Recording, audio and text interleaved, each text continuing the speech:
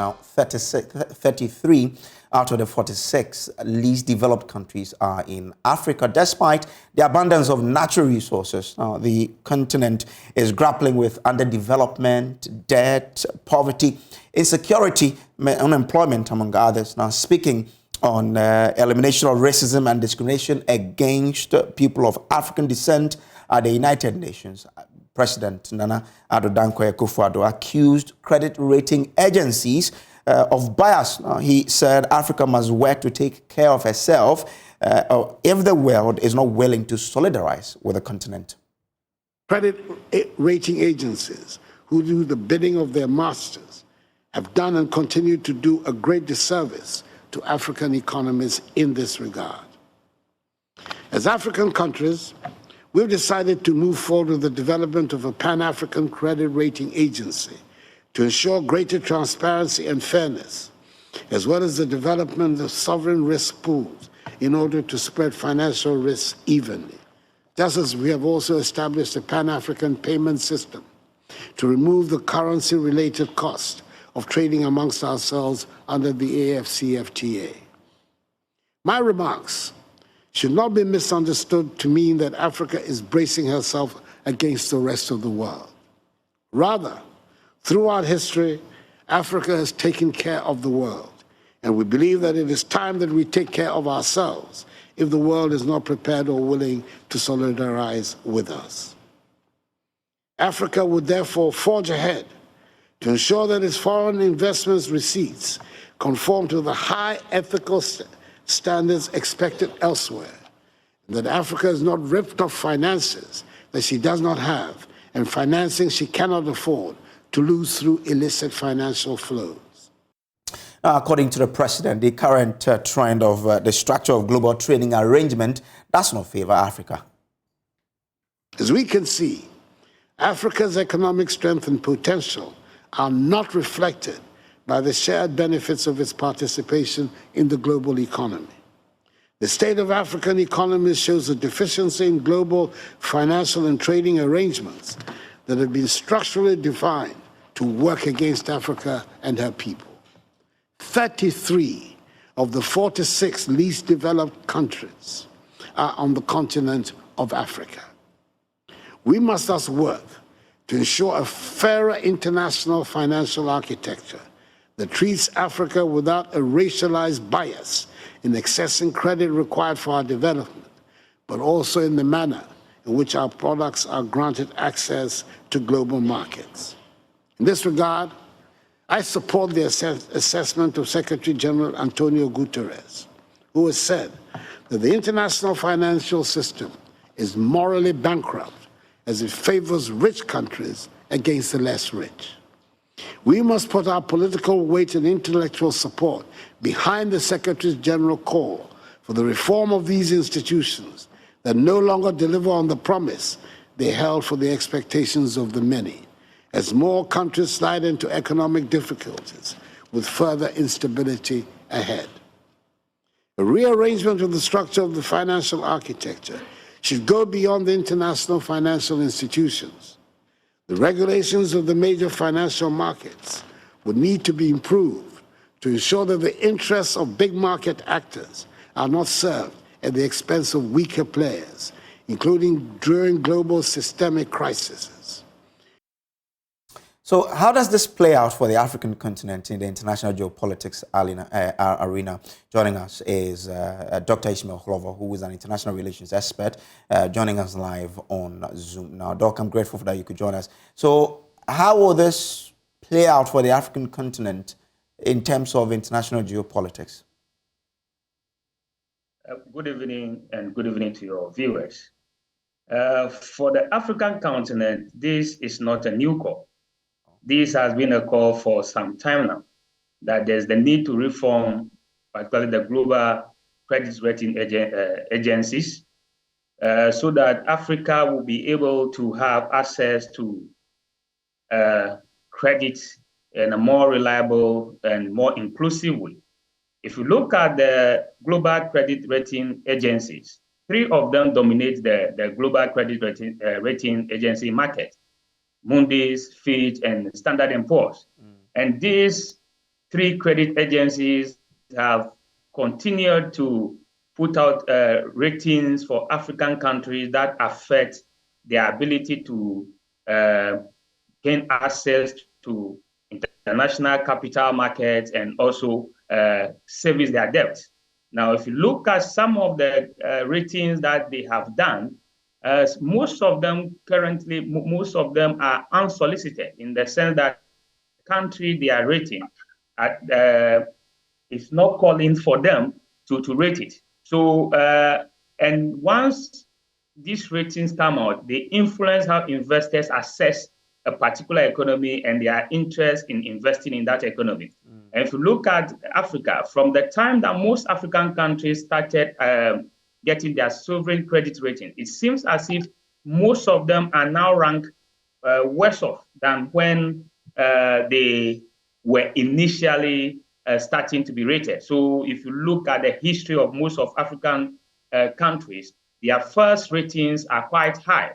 Then subsequently, they keep coming down. Now, so to say that you need an African credit rating agency may be put within the broader context of the attempt to kind of decolonize various institutions, including financial markets, to allow African countries to have access to credit in a more equitable and inclusive manner. In terms of global geopolitics, this should be nothing new. It has always been the call for African countries that the global architecture, either finance, political, need to be reformed. So it's something that we have said over and over again. But then again, before we say this, we must also put in context that it seems as if it is only when they downgrade us that we have a problem. But when we are upgraded, then we portray it as an achievement. If we are going to take on these rating agencies and ensure that they give us a fair deal, then we must also be concerned at periods where they are upgrading us. And of course, they are not without fault. Of course, if you look at the 2007, 2008 financial crisis, some of them play a role in keeping investors investing in the housing market and leading to some of the collapse that we saw in the US. So, it is. I'm grateful to Dr. Glover for joining us with your thought there. But let's bring in a financial analyst, Courage Boti, who is a research lead and economist at GCB Capital. Courage, I'm grateful that you could join us here. First, what do you make of this particular decision that Africa is forming its own Pan-African rating agency to rate African economies? Well, there are merit in the call from the president and the many other people that may have spoken about it. And the earlier speaker before me also alluded to it that this is not the first of its kind. But while there are still merits, can we begin to look at these things in more detail? Already there is a rating agency in Africa, an African-owned rating agency in South Africa, who churn out ratings for some banks and some local institutions here and there. The question is, what do Moody's, Fitch, S&P, what will they typically look at in rating a country? They have parameters. They will look at your political stability. They will look at your debt sustainability metrics. They will look at your fiscal position. They'll look at your external balances and anything related that measures your ability to afford debt. We do not have the capital, unfortunately, and that is our doing. We must accept that. We export the gold, the cocoa, the crude oil in the form that means we get close to nothing from them, and those who buy them and process them get all. So your export earning capacity is limited. You do not produce dollars. So if you are issuing sovereign bonds, it is only fair that I assess your ability to generate enough FX to pay me back.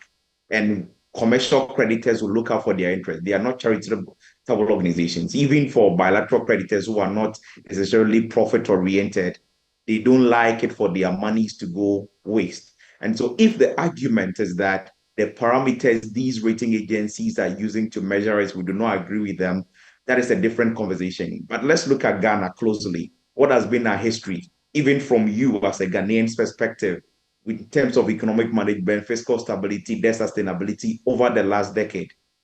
We've been to the IMF, I think, all through Atamil's tenure. when we saw some stability was because we are under an IMF program. Mr. John Mahama had to go back to the IMF to regain some credibility and build the buffers. This government, with everything we've said about IMF, we are still knocking on the doors of IMF and hoping to get some support from them. There could be caveats to all of these things, but the reality remains that our fiscals and our financial position has not been one that warrant favorable ratings all this while. And so rather than set up a Pan-African rating agency, and I'm not against the idea, but rather than think of that as a solution to this problem, why not we tackle the problem of fiscal indiscipline? Why not we tackle the problem of low export base and foreign exchange earning capacity? Why not we tackle the issues of political instability that is dotted across the continent? Why do we not tackle the many other issues that these rating agencies would typically look at and based on which they give it assigned as the ratings they give? So there may be merit in the call, but I think the onus lies on us as a continent also to do the right stuff. That is what investors will look at. The people who have the real money, they will look at the ability to pay back their monies. Look at the case in point where by exposing yourself to Ghana. Is it your argument that a Pan-African rating agency will not necessarily tackle these things you're talking about? No, so if they are going to look at it in the same light, same parameters, and be very firm and fair in their assessment of those parameters, they won't give you significantly different rating from what we have now. That is the point I'm trying to make. If an African-based rating agency will do its job and do it well, and assess the parameters the way they are, assess the fiscal risk the way they are, and not add bias, yes, some of the things like political risk that these foreign guys add so much capital to, you might not see a lot of that because they understand the local context and they are not biased by some of the media reportage here and there. So you can expect some improvement there. But largely on most of the parameters, I think if we are being fair in your assessment, you will look at things in very similar ways, really. So the difference may not be so much. That is the point I'm trying to make. Okay, all right. Courage, I'm grateful to you for joining us here. Courage Boti is a lead researcher and economist with the GCB Capital. You're still watching Joy News Prime. We'll take a quick break. We'll be back with more. Stay with us.